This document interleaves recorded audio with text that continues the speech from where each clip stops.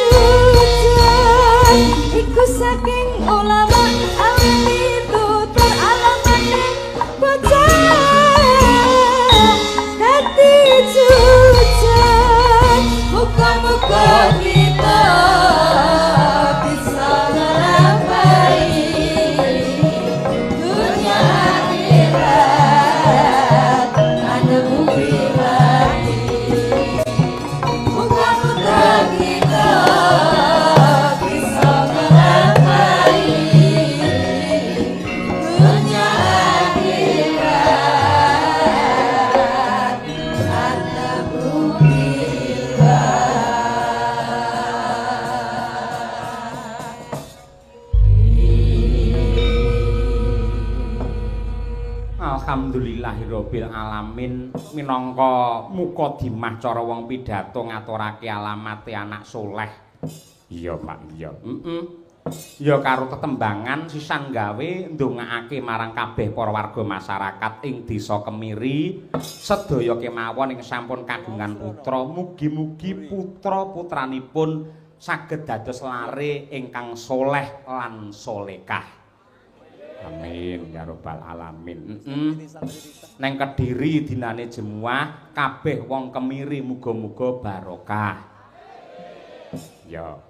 Neng Kediri golek sayur muga-muga kabeh wong Kemiri sehat dan panjang umur.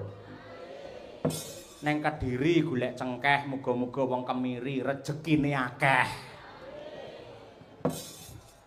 Tuku bolu jerone ireng terus sinden 8 meteng bareng.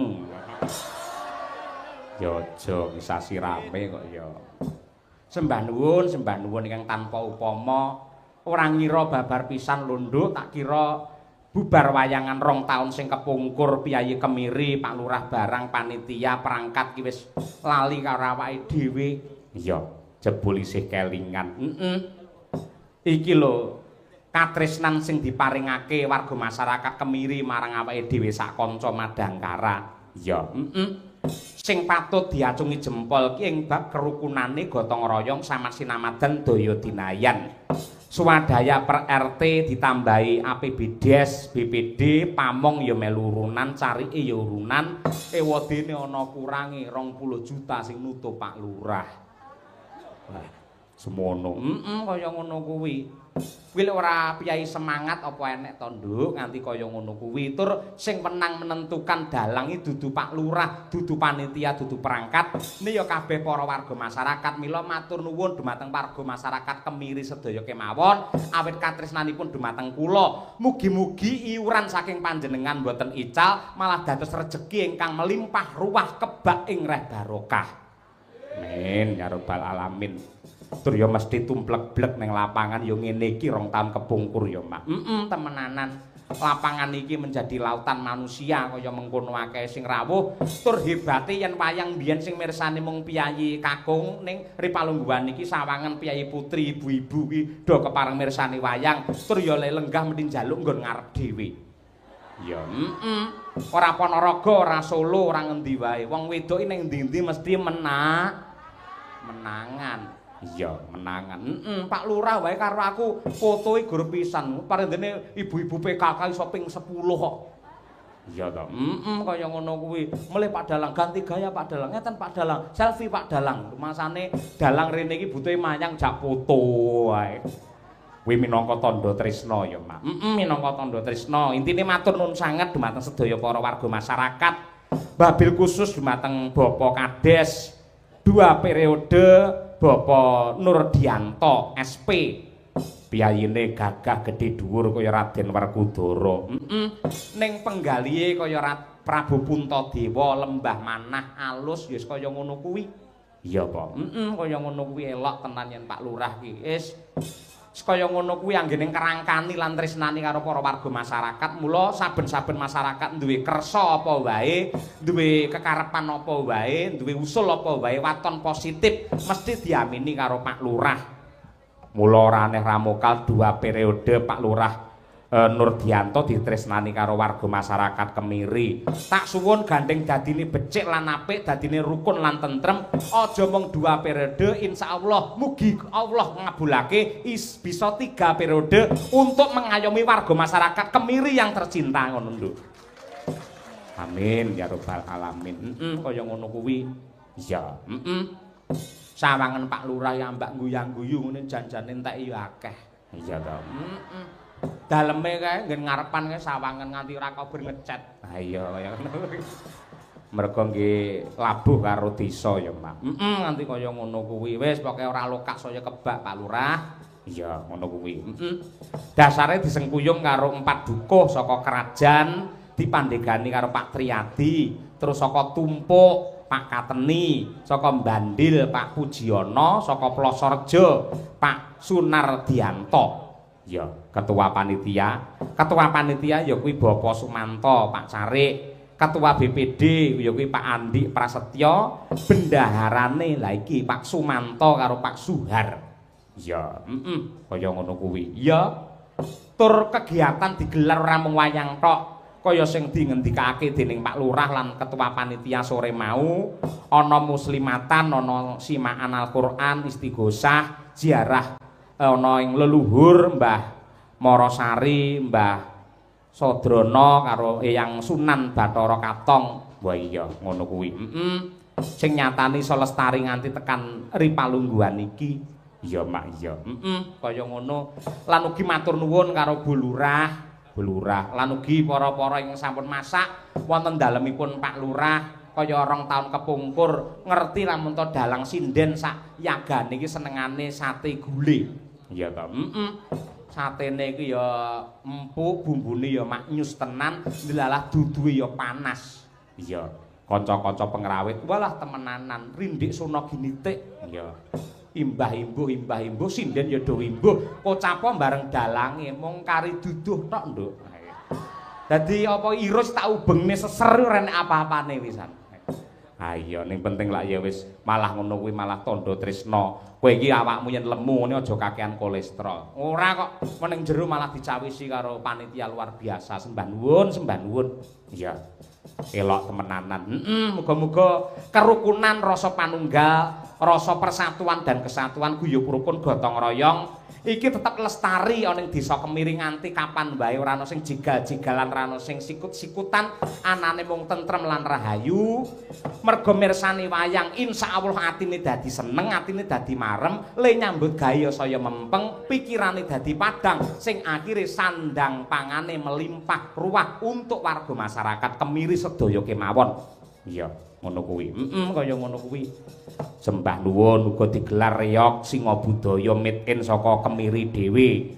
ana meneh karawitan kakung putri PKK saka Kemiri. Pokoke iki niki desa yang berbudaya, Mak. Pancen bener. Mula Ripalungguhan iki minangka salam pambuka gandeng kene iki kampung seni. Sadurunge ngaturake sing gradakan, ngaturake sing klasik luwih dhisik, no. Upamane Sinom Parijata kunjuk dumateng para sepuh adi sepuh lan para pini sepuh. Ngono. Sing kepareng nyebawa utawa nyinden nyuwun pambiyantu karo Ibu Sukesi Rahayu. Oh, Bu Kesi. Men ngaturake nggih tamba sayah dumateng para panitia sedaya. Iya, ngono wabil khusus dumateng Pak Lurah ya, Mbak. Kaya ngono kuwi Bu Lurah lan sedaya kemawon. Monggo Bu Kesi Rahayu.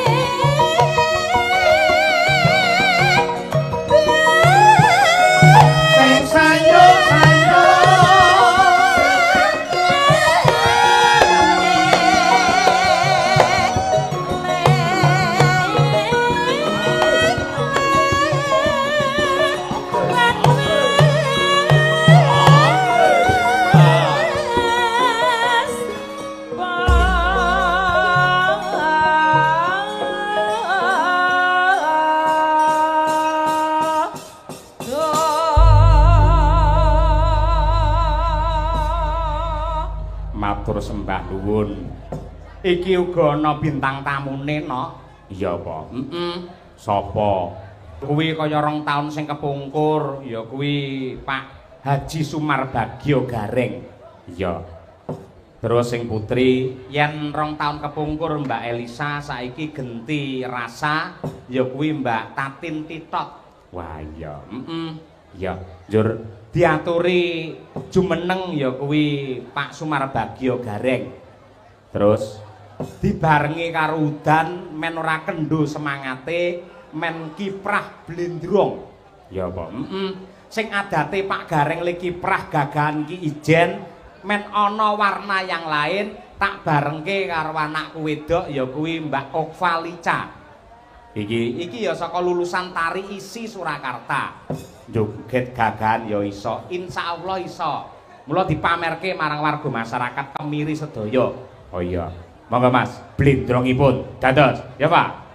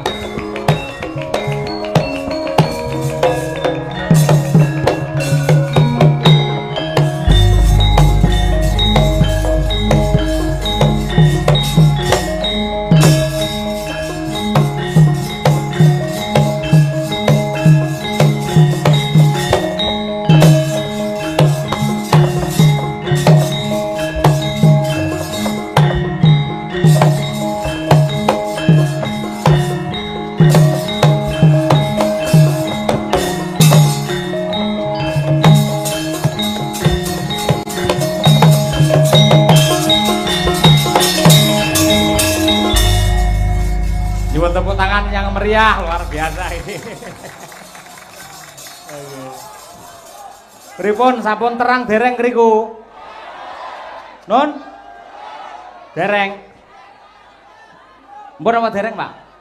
Dereng, ampun dipaido. Udan niku saking banyu, banyu niku penguripan. Muga-muga niki dipun ijabahi dening Gusti dados penguripan ingkang sae kangge warga masyarakat Kemiri sedaya. Nggih.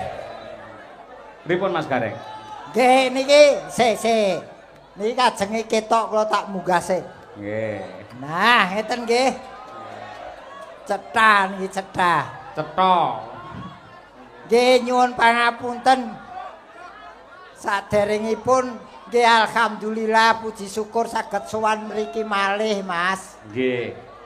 Wong ternyatane nggih pun wungsal nggih kaping kalih nggih. Kaping kalih menika sowan mriki sareng kula. Kaping kalih ning kula nggih ngemutaken Pak Kades. Napa? Pak Kades niki lak nembe ping kalih hitungan Jawa niku kudu genep ping 3, Pak.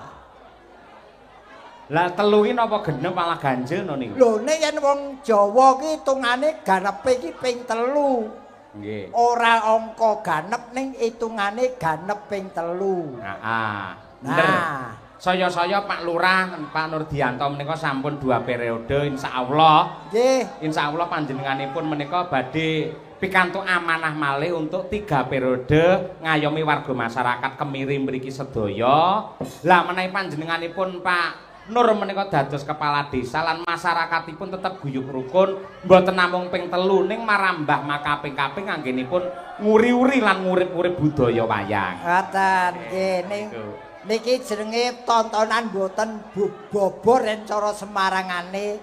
Nggih. Niki masyarakate sing rawuh mboten mung penduduk utawa masyarakat ning desa Kemari niki Kemiri. apa? Kemiri. Kemiri ki penduduk kene asli ki desane Kemiri. Aku kok Semarang rene iki Kemari. Oh iya. Masa plesetan sampean iki ora. Iki tadi melune lak kecamatan Buburan to ki. Nun, Kecamatane Buburan. Kecamatan Jenangan. Jenang karo bubur iki padha wae. Iya. Iki wah luar biasa sing mirsani. Nggih. Ora beda taun sing kepungkur, 2 taun kepungkur. Leres. Wah aku ki nganti meh lali yen tau ditimbali rene. Wong duite ya wis entek kanggo mantu. Iya. Mosok mantu entek, kudune bathi lek mantu ki. Aku ngerti watakmu angger ketoke sepijok mantu undangan ngono. Wong mantu kok proyek. Mantu ki nawaitu ibadah. Heeh. Nikahake anak. Ora beda kaya Pak Kades bengi iki lak ibadah ujube. Leres. Nadyan biayane kurang ditutup oleh beliau. Nggih. Wah Pak Nurdianto ki jan betul-betul sesuai karo asmane. Kok iso? Nur kuwi memberi cahaya. Heeh. Dian kuwi pepadang. Bener. To kuwi nata. Dadi beliau menjadi kades kuwi nata memberi pepadang lan cahaya desa Kemiri. Wah, iki Pak Nurdianto. Nurdianto. Nggih. Desane Kemiri, apakah makna dari Kemiri? KEMIRI. Kaki kabupatene melu Ponorogo. Leres, nggih. Ewadene kadese Pak Nurdianto asmane. Betul. Masyarakate guyub rukun. Iki isih nglestarekake budaya bersih desa rasulan apitan lan liya-liyane. Rame kahanane bengi iki mergo gelar wayang kulit dalange Ki Cahya Kuntadi. Terakhir iki bengi ana garenge sing saka Semarang. Wah. Meksa katut jenengan kuwi. Katut e kudu digaris bawahi nganggo Semarang, Mas. Mergane. Mergo saiki gareng ning ndi kabupaten kota wis akeh. Oh iya. Nggih. Nek ya ora apa-apa wong jenenge ngedum rejeki. Leres. Kaya Pak Kades kene iki lak ibarate ngedum rejeki secara tidak langsung. Nggih, leres. Dana rasa, dana driyah. Ora lokak bakal saya kebak Mas Gareng. Pancen panjenengane Pak Kades ki orang yang sudah siap menjadi kades. Buktine apa siap menjadi kades? Sesuai dengan jabatan beliau kades. Kades itu orangnya harus memenuhi syarat 5 huruf ini. KADES. K. Karakternya harus baik. Karakter ki sifate kudu becik. Kuncine niku nggih. Nah, A. Akalnya harus pintar. D. Dedikasinya harus tinggi terhadap yang dipimpin. E. Ekonominya harus mapan. Terakhir S. Spiritualnya harus tebal. Wah, kuwi artine kades. Ki Pak Nurdianto ki kuwi. Heeh. Iki memang tak lem ki tenan Pak Nurdianto bengi iki tak lem pokoke. Sebabe apa kok dilem? Tekodhok wis disuguhi gule karo sate. Enak ta? Aku kolesterolku pas dhuwur ya maksa tak buntel, Mas. Go mulih. Go mulih no edian suguhan. Ponorogo Semarang ki adoh teko Semarang dadi apa gulene? Loh. Sing nglegake sing nyuguhi. Disuguhi ora dipangan ki gelo piyayine. Heeh. Tetep tak buntel tak gawa mulih. Tekan ngomah? Tak dol. Loh. Sampeyan iki dagelan kondang laris moko adur gule lho. Sik to, apa wong dodolan iki kudu wong sing ora duwe? Wong sing duwe ya entuk dodolan. Nek ya ora patut diparingi saka panitia kemiri kok njur tekan omah didol. Lah weteno yen aku butuh duit ta. Lho nyatane karo Pak Lurah ya wis dilunasi sore mau. Lah mergo wis lunas ki aku golek tambahan.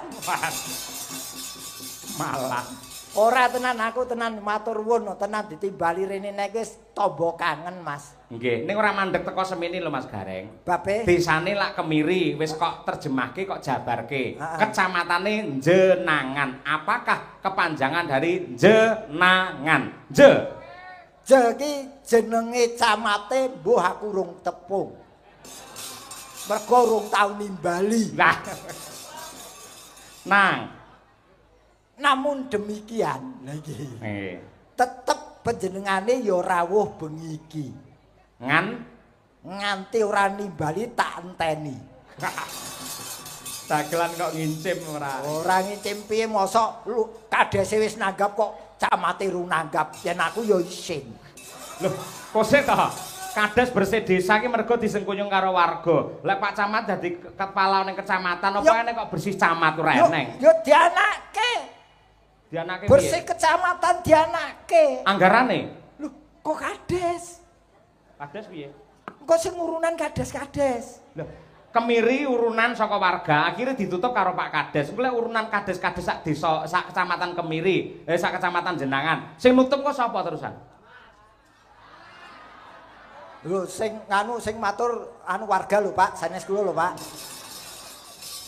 Pokoke sing baku ki camate ya kudu nanggap lho. Kowe iki tak promosike kok. Kowe Pak Camat nanggap tenan kowe melu apa ora? Ya melu wong ya rombongan kok ya. Lah ya kene ya butuh, wong kere kok sombong.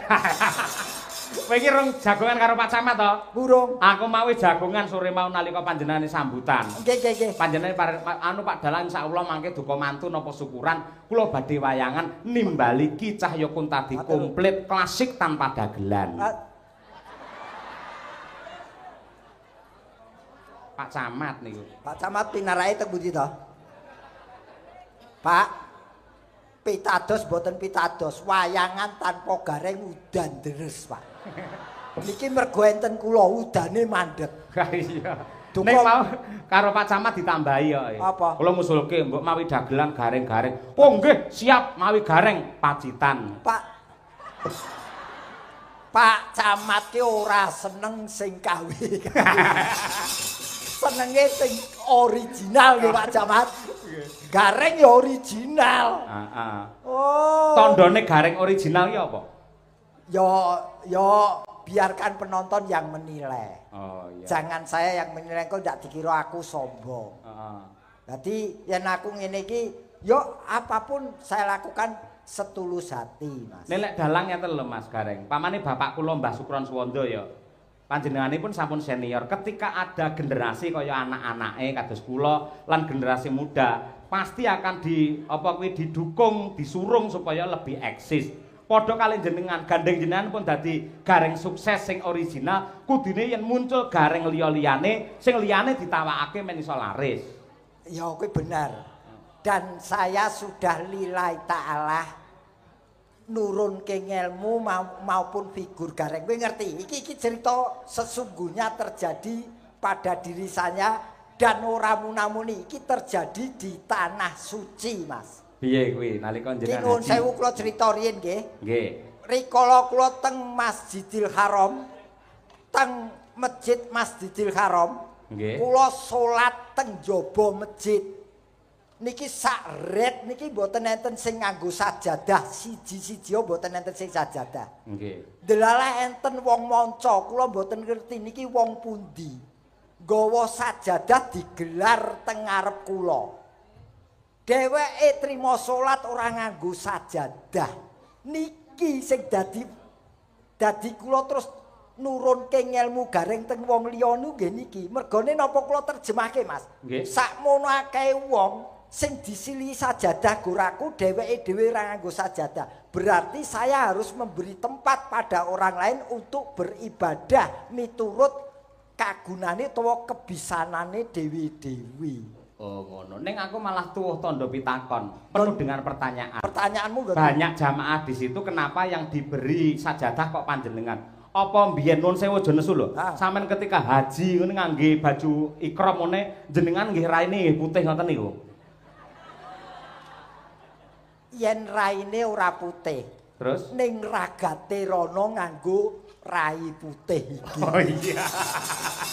Berawal dari rai putih akhirnya memutihkan hati ke tanah suci. Nah, tapi jangan gini loh Mas. Pripun? Jangan melihat pekerjaan orang atau jangan merasa berkecil hati dengan pekerjaan kita. Betul. Tekunilah telatenono pekerjaan kita walaupun orang lain menganggap hina atau menganggap kecil, tapi kita serius dalam menangani pekerjaan itu.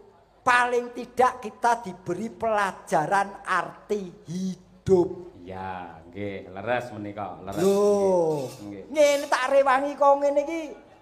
Nggo makani anak bojo, Mas. Dadi jenengan cethane sampun haji nggih to? Nggih. Benten kalian rumiyin, gandeng sampun haji, menawi rumiyin menika anggere jumeneng kali bintang tamu kalian sinden-sinden menika mak-mek. Gandeng sampun haji tur mriki Ponorogo banyak pondok, kudune ora iso ngangge cara kaya mbiyen. Demek sinden ki hobi. Kok iso hobi? Tegese hobi ki demek sinden ya terbatas pada dunia tontonan, ora tekan batine. Iya. Aku ora duwe perasaan utawa pikiran sing negatif. Tenan. Loh, nyawang Mbak Tatin sing blenuk kaya ngono kuwi blas ora ana ketertarikan. Ya mung ngelek kidu. Aku ki meh omong resik, kemersik-resik, engko yen terjadi hal yang negatif kok ndak diwelehke wong. Lumaku lumrahe menungso. Ning paling tidak setelah haji ora ketang mung 5% 10% ada perubahan positif terhadap diri saya. Amin ya rabbal alamin. Kowe rasa takon aku dagelan kowe munggah haji kowe terus dalang kapan munggah haji? Ayo tak balik wis saiki. Ayo. Loh, ya suwane genah sepon jenengan pamane dhisik jenengan iki memper. Aku iki munggah kaji ora tak omong-omongne kaya jenengan. Kok sik to? Munggah haji kok pathokane umur ki piye? Loh, otomatis kan ya sing daftar ora otomatis kok kaya mobil we otomatis. Munggah haji ki ora terbatas umur, nomo ya entuk. Oh, ngono. Kari kowe niat apa ora? Niat. Wis daftar aku. Yo daftar ki kabeh wong daftar, nyelengi apa ora? Lembuh Bu Kesi sing nyekel duwike kok. Kene ya wedi arep bojone. Ora kabeh ki rezeki, Mas. Nggih. Dadi wong iso rono ki kerejeken salah satu unsurnya. Nggih, leres. Nah, gandeng enten Mbak Tatin men saya regeng men saya gayeng gitu. Nggih. Tur ya dinteni karo piyai kene aku nggumun ya. Lek sinden liya-liyane iki trincing-trincing ngono ki pamane ditresnani karo masyarakat lak memper. Lho piyayine kaya dream kaya ngono lho. Jangan melihat body. Lah terus, lihatlah di balik body itu ada kelebihan apanya. Oh ngono, iya. Apa kelebihane? Ya takono dhewe, paling ora lah ya gaje. Ha iya. Sandung lamur, kekelan. Nggih. Wong Pancen imut-imut niku. Monggo, dayoe teko, monggo. Mbak Titin jumeneng yo. Jangos. Oh.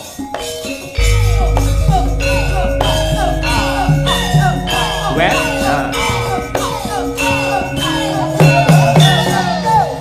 Putri. Aku tinggal papatno. Kelak ngoploso.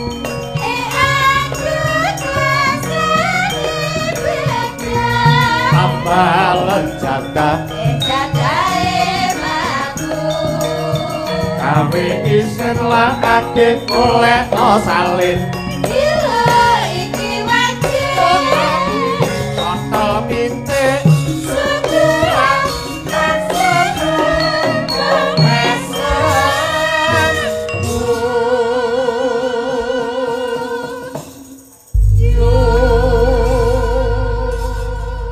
Sugeng dalu Mbak Tatin Lestari Handayani. Sugeng dalu. Nggih. Sehat nggih Mbak nggih? Sehat. Demenake ya. Hah?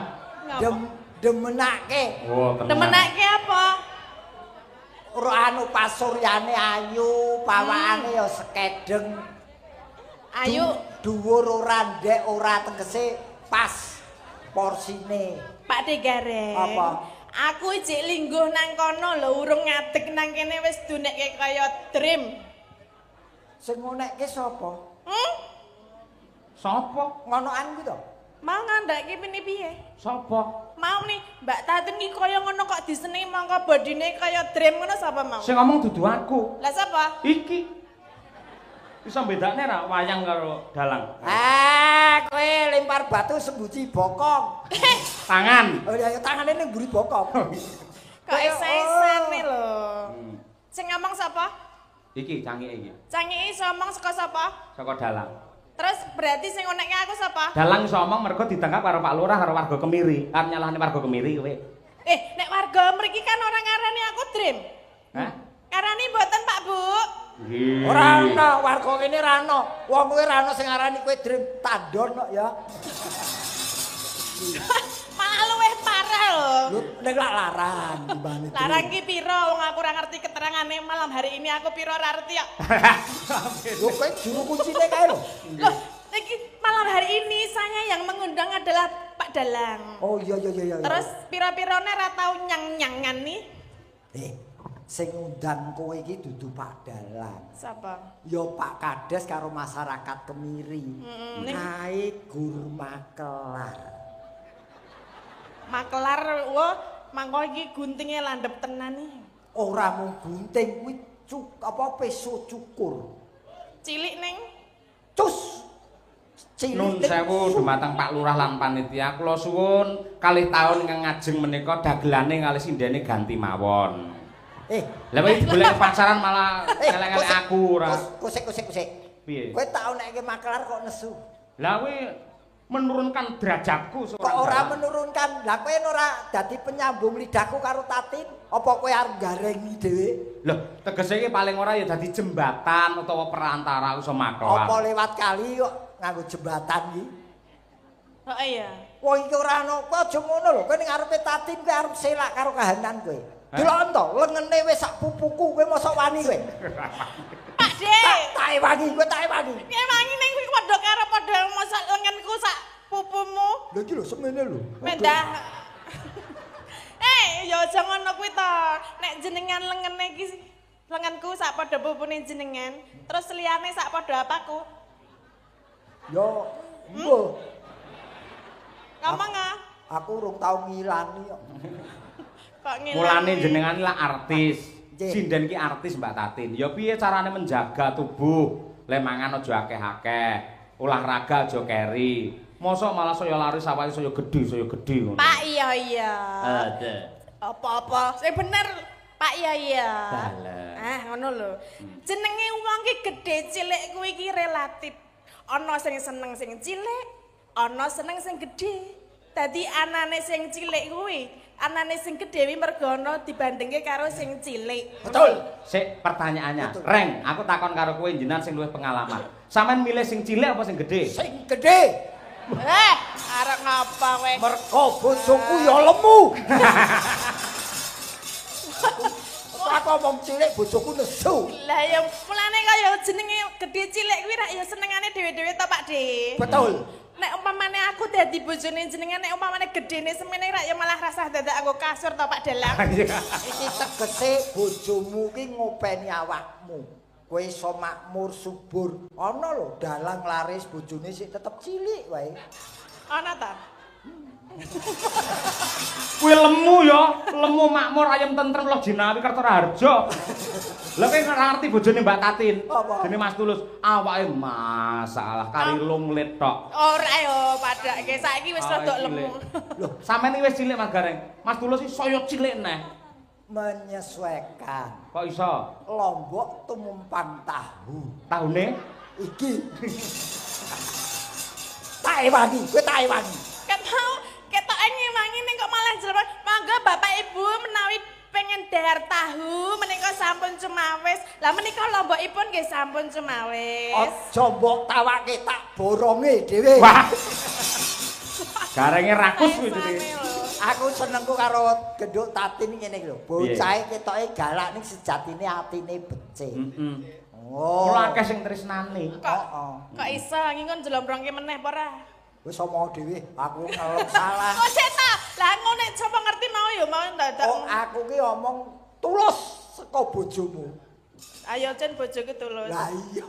Tulus saka ati. Lah ya tulus ki bojomu to. Heeh. Tulus saka bojomu. Terus Dadi aku ora basa-basi. Oh, dadi apa anane yen kowe iki bocahe apik. No. apik apa sae? Apik sae. Sae apik sing sae. Nggih. Mbak Tatin, nggih. matur nuwun se menyapa warga masyarakat Nggih. Pak Kades barang. Nggih, sepisan kula matur nuwun kalian panjenengan. Nah, yo ngono. Nggih, karana panjenengan kula saged sowan wonten kemiri menika Pak Dalang. Nggih, kaping kalih matur nuwun kalian Bapak Lurah. Menika sampun pitados kalian Pak Dalang dikengken maklaraken kula, nggih. Lambemu padha karo gareng. Aku ora melu-melu, aku ora melu-melu omong dhewe. Aku ora ngejok-jok. Kuwi mergo sing mengaruhi kowe, Reng. Oh kok mempengaruhi wong ki omonge omong dhewe kok Lah ya ngono kuwi to lantaran Pak Dalang. lantaran apa-apa ki dalane rezeki, Mas. Iya. Kowe wis entuk pahala sing gedhe. Amin. Dadi dalane rezeki Tatin. Nggih. Nggih. Dungane piye, Mbak? Nggih, kagem masyarakat wonten kemiri sedayanipun. Kecamatan ngendi, Mbak? Jenengan. Wah, hafal pisan. Jenengan apalah?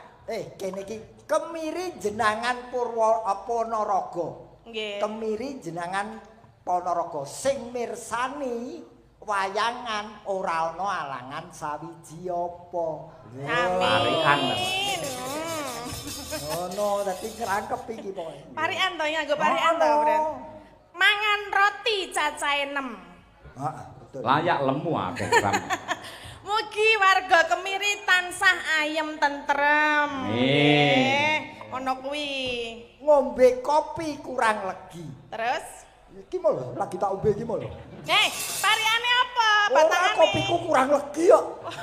Kira ana batangane nggih. Pokoke nderek tepang nggih Pak Bu nggih menika wujudipun Tatin Titot menawi jenengan dereng kenal nggih. Nderek tepang kalian kula menika Tatin Titot saking Sentolo Kulon Progo daerah istimewa Yogyakarta nggih. Enten iki. Apa ngono?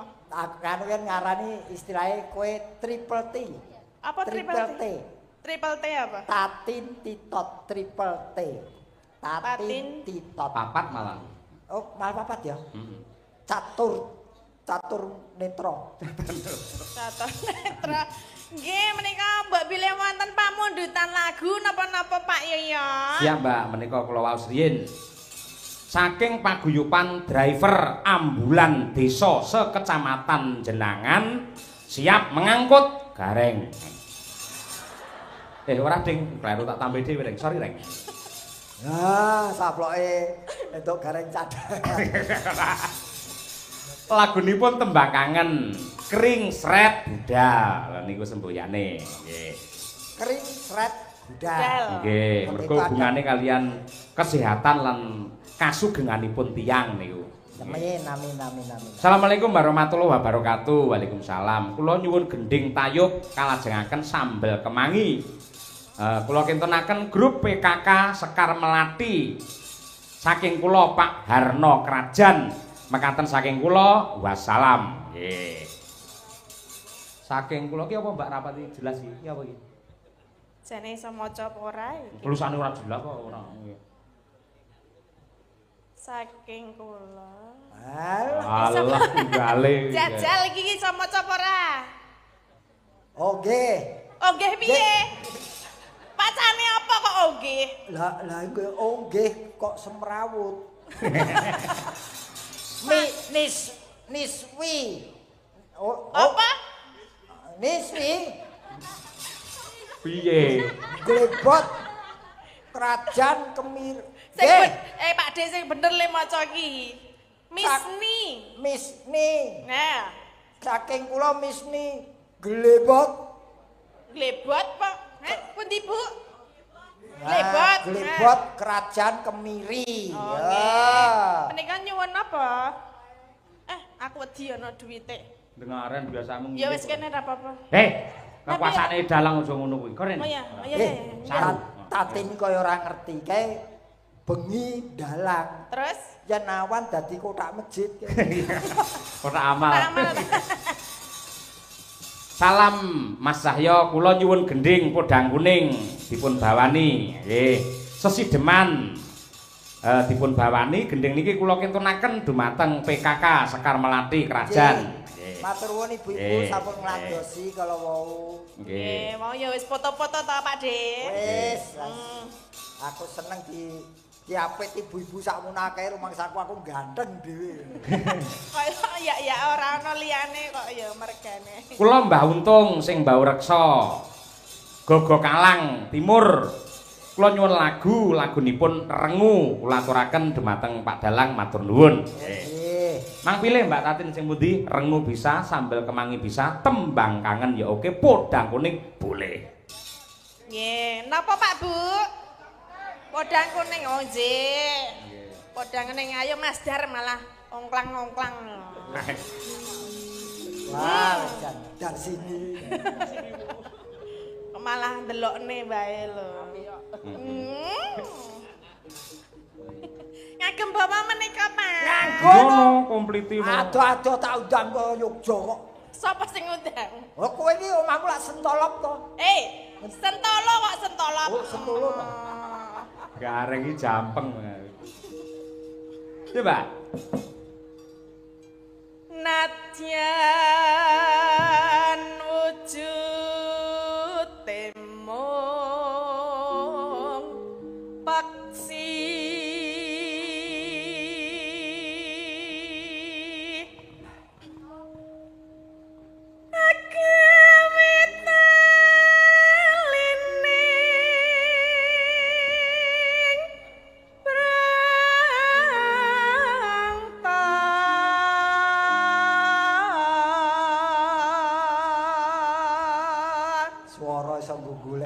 tangan. Saka apike ya, Rek. Heeh. Halo manis nangsa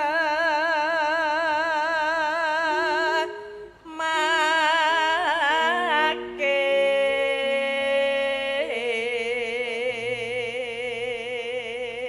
Nderek kungon Pak Dalang mugi lancar ngantos tancep kayon. Salam kagem Mas Taslim. Mesti. Ugi Caksi Lover Ponorogo. Kok jan kondang temen to iki Mas Taslim nang endi-endi ana penggemare. Pancen ki jane kancane terus kon WA aku ngono ben terkenal deh. Oh nggih menika malam hari ini juga di streaming nggih. Leres. Wonten Kunta di channel menika sampun nembus 6.000 berapa gitu nggih. Luar biasa menika nggih. Cair lho. Cair apa? Niki mau saking Pak Waris Sugiono. Ugi saking wah iki bocah iki ndengaren. Jogja Monitor siap di Kunta di channel Pak Dalang. Dari siapa ngerti ra? Siapa? Elisa Urcarus Alaso. Nah iki lho, aku mbak kira ngapusi iki lho, Elisa privat iki. Oh alah. Ketoke lek aku ngejak kowe dhek cemburu. Oh, tenang tenang sa. Iki du tipeku sa, santai sa. Tipene tipemu apa? Gayane ora. Tipeku kaya Pak De Gareng ngene iki lho. Ora tipemu ki L300. Apa? Isuzu. Ora ya. Tipene cilik-cilik ngene iki. Iya. Sugeng laras Mbak Elisa. Ya, salam kangen penuh cinta. Ya. Ya, kok ya Jan. Wes wingken kula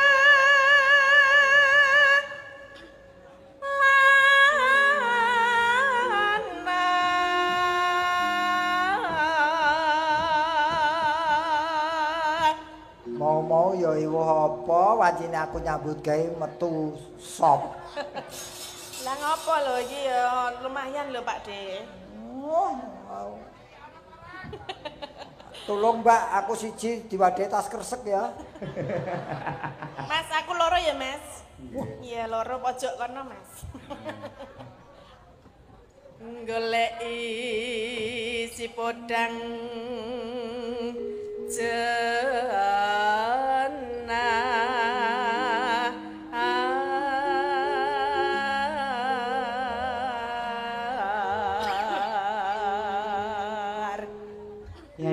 Ya. Ipa bunga tiku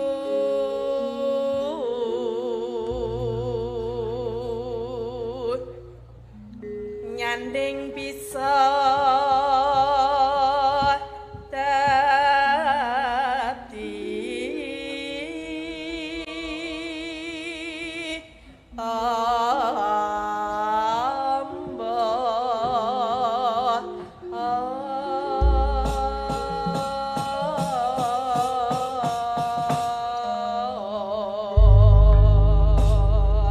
Mbak Tatin gandeng sing nembangne jenengan tur enek duwe ndak dikira aku nggo makelar atau korupsi nya tampanono. Tenanan apa ora? Tenanan aku iki kok tau girong to ora. Nggih. Wong kok ora adil blas. Lho, mau ketoke ora gur 100 lho. 200. Terus Sing 100 awakmu, sing 100 nggih paguyuban Madangkara. Arep ngedekne pondok pesantren ngono. oh terus aku melu nyumbang. Ya melu nyumbang kudune. Oh, Pak De, adeganeng melu nyumbang apa ora Pak De? Entuk kowe urung kok. Terus piye? Entuk sik lagi tak sumbang. Oh ngono. Lah iki berarti aku disumbangke apa disaki? Saiki sik. Saise. Heeh. Terus Dilebokke ngendi sing kira-kira iso manak. apike ngendi Pak De? Oh iso wae wong duit iki dianakke ya iso kok. Ya mengko ya wis kumpul disumbangke. Ya, saleh kene sih ya. Dikir kok cahya kuwi kaya jenate. Piye? Ngapa? Arep bangun-bangun ngenteni sumbang. Telas niki wae Mbak nggih. Pripun? Telas niki wau. Sampak Oh, bola. oh. Iki jane iki gatekke sapa to ya? Aku gur ngecek ngono lho. Salamun wong ana wae. Monggo lho Mbak, dar lho Mbak. Monggo. Ora usah mikirke do maem iki sajake pengen dalange pengen niku Pak. Ra, aku iki lakoni lek ngene iki gur ngombe tok. Ngombe tok ora kena maem ta? Ra. Dadi dalang sing apik iki melu tirakat kaya panitia kaya Pak Lurah ngono kuwi karo ndedonga muga-muga rampung wayangan warga masyarakat Kemiri sedaya pinaringan selamat lahir batin. Ngono. Amin. Jane ya bintang tamu barang kudune ora mangan. Nirakati sing nanggap. Aku mau wis meh ora mangan, Mas. Terus Dipeksa karo Pak Kades. Dahar, Pak Gareng dahar. Engko aku daraki ora rahap, ya tetep tak pangan. Oh iya, Mbak Tatin aja dahar lho bar iki. Aku memang belum, ayo. Lah ya bar iki aja dahar. Terus tekan kapan? Yo nganti sak rampunge wayangan. Terus nek aku semaput sapa sing gendong? Aku. Ning ora kuat ding aku. Ini mengarang gendong lho ket mau. Tatin aja mangan, mengko lak dipangan. Ayo. Monggo, podang kuning Mbak Tatin titot. Yuk, kados. Iso awan ning omah wis ora krasan kaluyuran anggole ising tak sayang mobeng mister anggonku goleki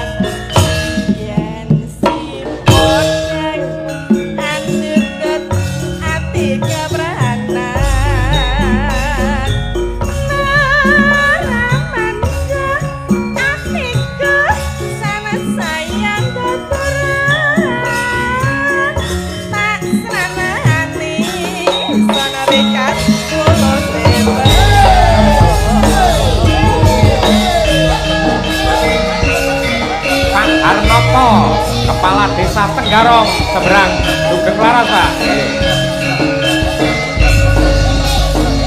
Oh.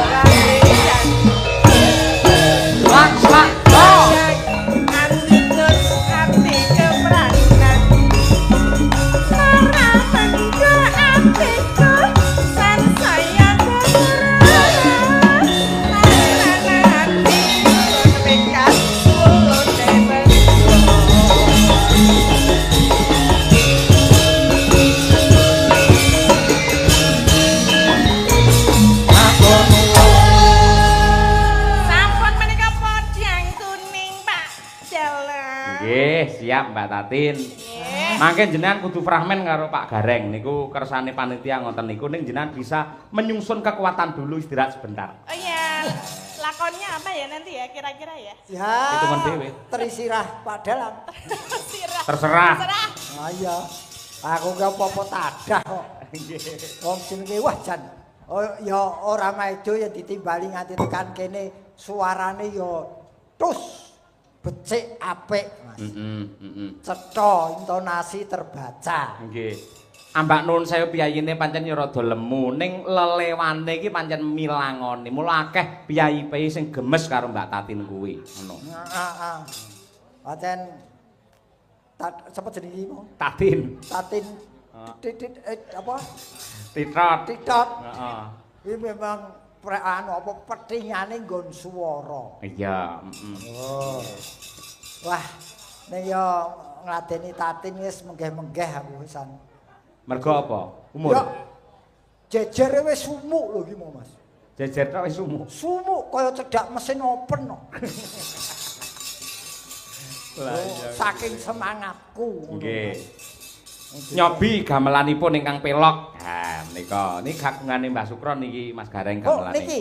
Gamelan sak wayange nggih Mbah Sukron. Mbah Sukron.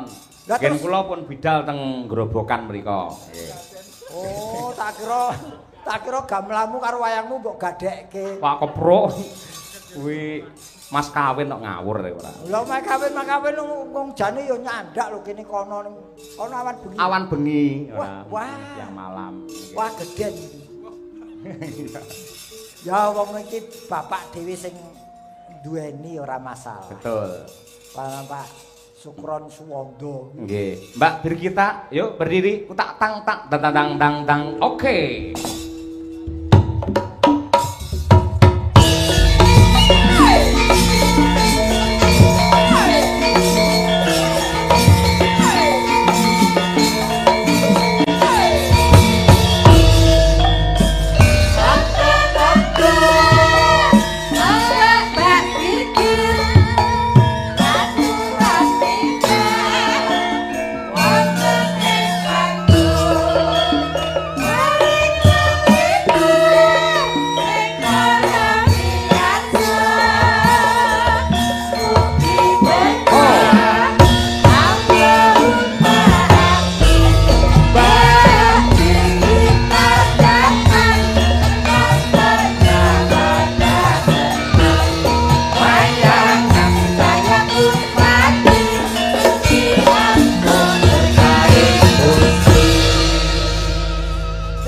Mbak Birnden. Mbak Birnden.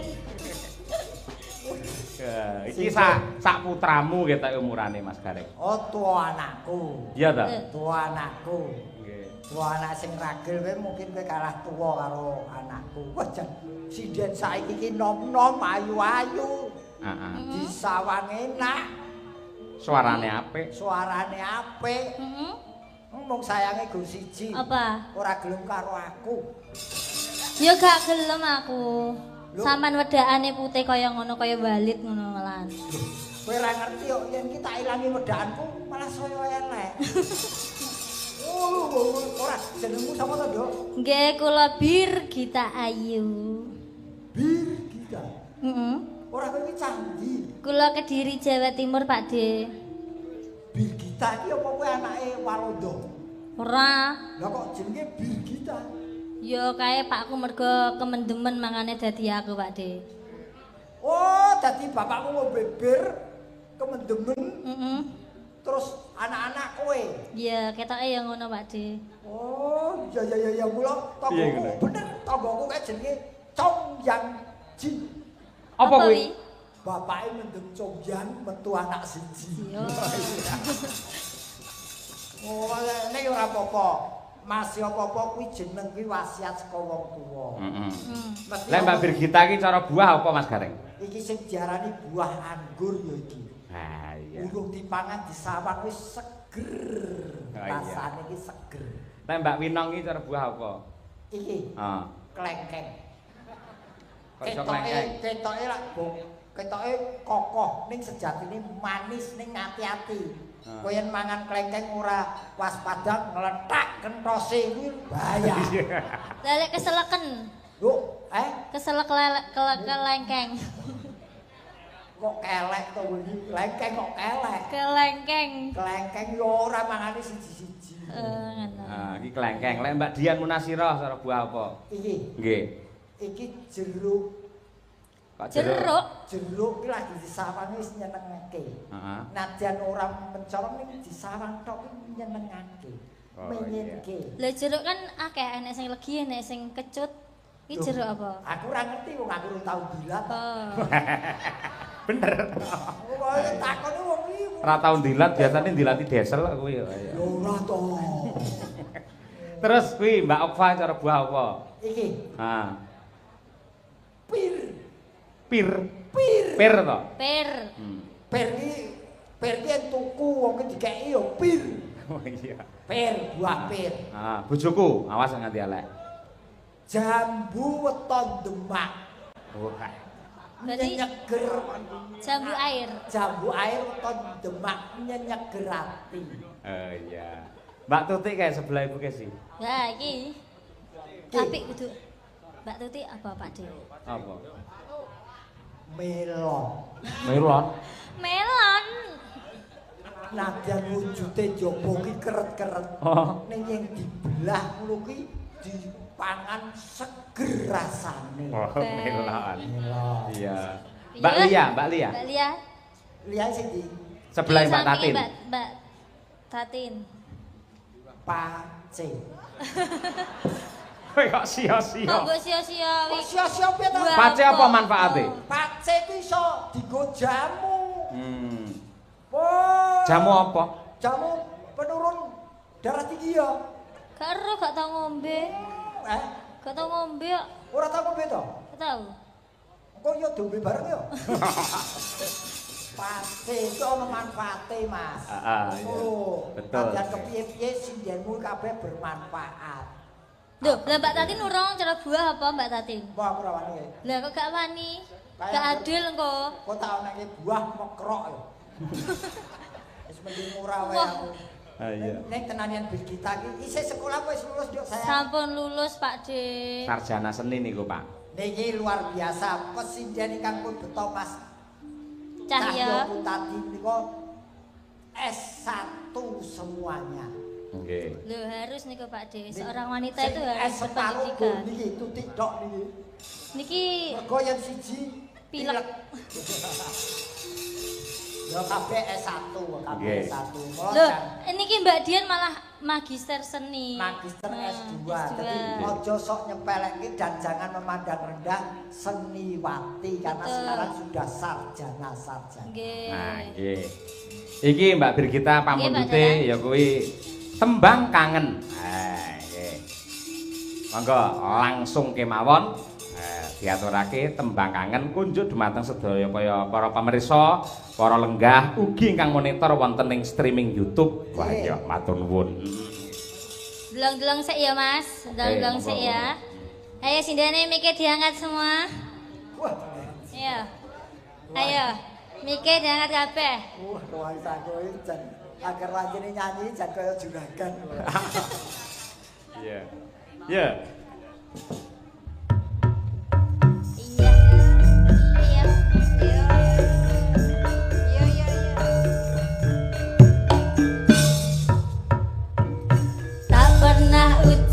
Hello pergi kau melambai.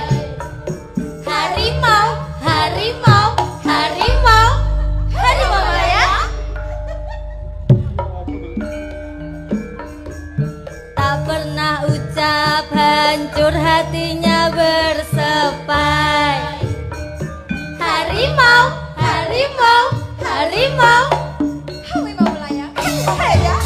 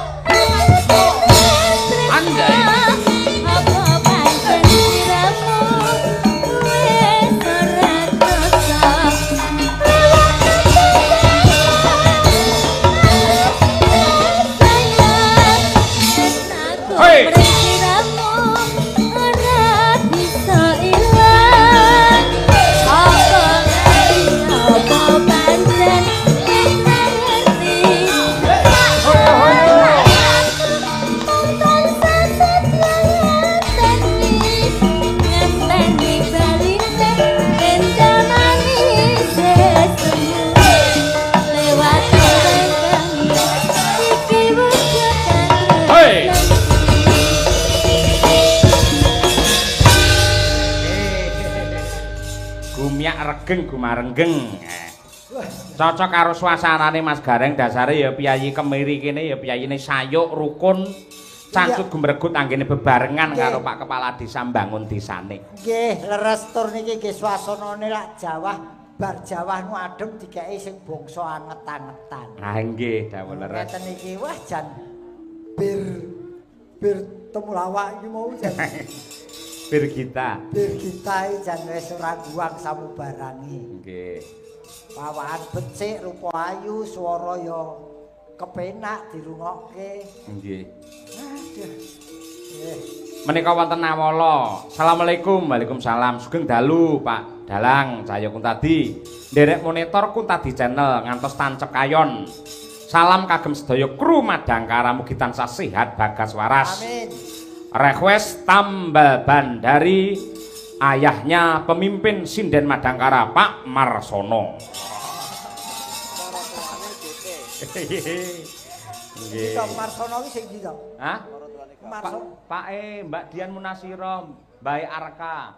Oh. Aki. Jaluke tambal ban. Nggih. Wah. Ya dipinangkani men jumeneng neh Mbak Tatin ya Mbak Tatin. Ayo. Iki setelan iki sik di Oh, ya iki ora tambal ban iki. Pres ban. Pres ban. Ban pres to. Yo dikancani Mbak Eva Lica. Ayo. Ayo bantu bles. Nggih. Mbak Tri Hastuti, Mbak Munasiro. Ayo. Ayo iki. Wah, jan wis. Pak pun untuk sing cilik-cilik dadi aku ketambah gede. Ben anu menonjol awakmu. Maksud lo. Loh, awakmu iki lho, karo Sinden Madangkara kita jejer marep. Tatin ora usah ditonjol-tonjolke wis menonjol dhewe. Kok iso? Kepinterane linuwih tinimbangane liyane. Oh iya, mulado saka Jogja diaturi rene. Oh, Pak Degareng ngudu kuwi ta mesti sing menonjol. Ora, wadene ki rumangsa ya alhamdulillah. Mbok nek ingin ki ya ngomong wae ngono lho. Ora, wah jan sindene yoyo iki ayu kabeh ya. Sindene sapa? Yoyo. Krunguku ya ana. Si ono. Wah, iya jampeng kuwi. Oh, yoyo kok nyonyong. Memangnya minyak nyonyong. Nggih. Aduh, iki wis jumeneng kabeh iki, Bayu-bayu, sinden ayu-ayu iki. Saking mriki niku Mbak Dian Munasiro niki. Mbak Dian Munasiro cah ndi, Nduk, kowe sayang? Madiun, asli Madiun Jawa Timur. Madiun. Nggih. Sinden saiki akeh Jawa Timur ya. Oh, tenan. Waduh, duh. Sing iki. Kowe jenengmu sapa? Okfa, Pak. Hah? Okfa, Pak D. Sapa? Okfa. Aku anggere jak omong wong ayu kuwi budhekku kumat. Kok Candi apa? Kula aslinipun Wonogiri. Wonogiri, terus? Tapi besar di Sidoarjo, Surabaya.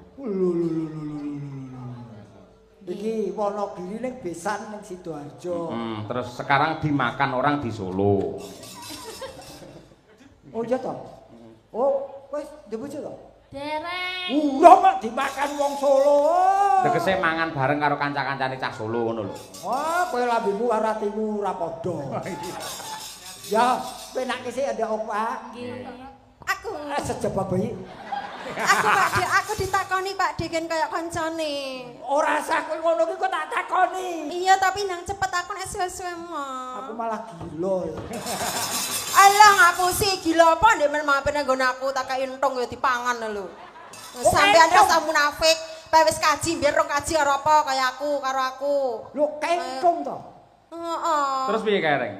Mulane Jaman rong kaji kan sering mampir teng nggen kula Pak ya bareng saki kaji kemelinti. mulane nggon aku kok ndilor dikidul. Sampeyane wong lanang ya ora pareng ngono kuwi. Mengaku, ayo mengaku. Wirang ki aja dibuka ning tempat umum. Loh, ora apa-apa biar mereka tahu bahwa Pak Degareng seperti apa. Harus begitu. Loh, aku lah napati lasmone yoyok sik lagi aku. Loh, napa Pak Taslim ya lho? Kak sapa-sapa. Ora iki pokoke sak rombongan wis tau kabeh. Apa enak ayo kanca-kanca kembul Bujono Ndrawina. Wong kabeh mampir ki dolan aja negatif. Tapi saya tahu Pak De, pas sampean tenggen kula nika enten sing ketinggalan. Apa? Kaos kaki sesisih. Kowe ora diwaca tulisane genah Yoyo ngono lho. Kok bola-bali Pak Yoyo to? Lah memang kae bareng kok karo Mas Yoyo kok. Aku kiwa dheweke tengen. Tidak mengakui. Ah, ngodiar. Semuci suci. Semuci suci. Mbiyen kaya. Jebule Pak Gareng ya ngono to. Klemben. Andekno kok karo aku kok kipat-kipat sebulane malah wis karo iki barang. Aku ya keloro-loro yo Aku terus terang aku ora ngakoni wong biyen ki aku pas mendem. Lah terus sampean tak ndemi lho, Dik. Lho lah piye aku malah didemi. Koclok kabeh. Niki Tuti lare Ngawi dadi Jawa Timur. Kowe ngendi kowe? Ngendi sapa? Yogya Timur kowe. Kok ya Jawa Timur? Yogya Kulon. Oh, Kulon. Lah ya ngene Kulon terus diputer dadi Timur. Ya wis pokoke Yogya. Ya Yogya. Niki pun tepung sedaya niki wah penyanyine mesinjene Mas Yoyo ora ono sing guang pokoke. Nggih, pangesune Mbak Gareng.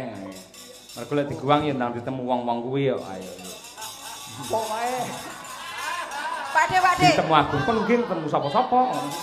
Pakde, niki diguak mboten purun, balik melih diguak balik. Pokoke anggere dipecat, balik melih.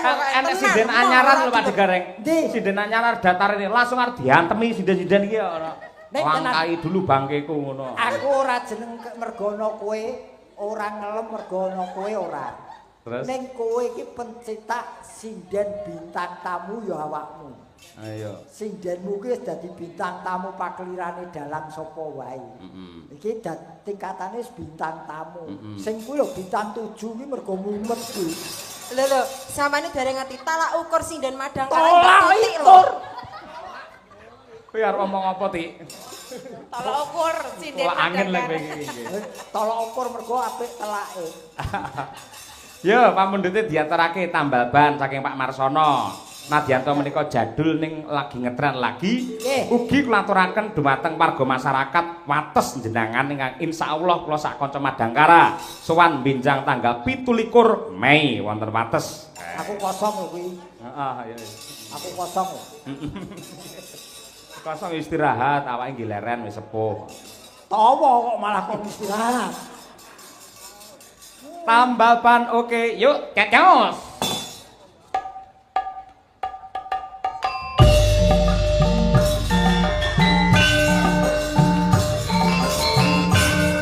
Ayo Reng, cara biyen jogete.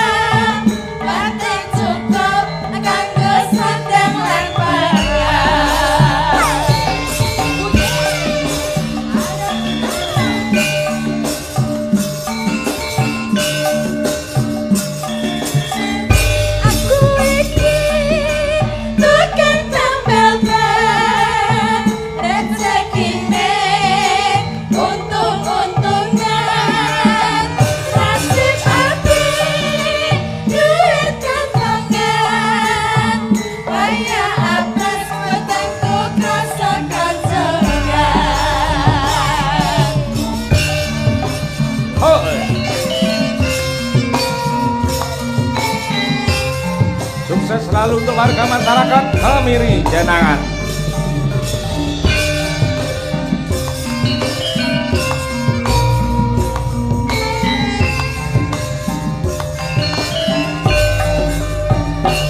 Majegur,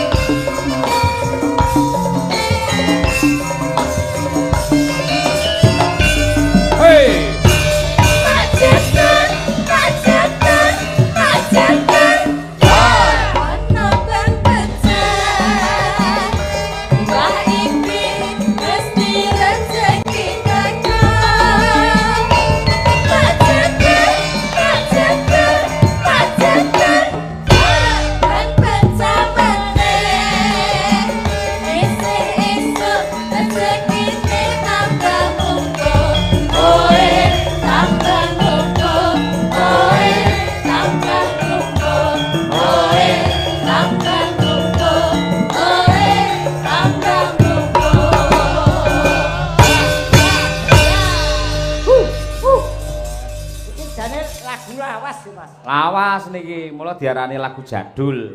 Ah iya lagu lawas mergo iki bane wis ora urung batu bles. Urung. Dan batu bles ora makdor ya pes. Lah iya pelan-pelan to. Pelan-pelan medor ki mergo ana bane jero. Nggih, leres Pak Gareng. Apik. Nggih, gandeng menika sampun setunggal. Pak De Gareng saged istirahat rumiyin. Nyambut gawe lek seneng ya wektu kaya digelak lho. Nggih, mangsa kula kok gasik ngoten nggih Mas. Cepet. Mangke pinanggih melih kalian Mbak Tatin wonten ing gara-gara wonge luwih hot. Menenggo dawuh Mas.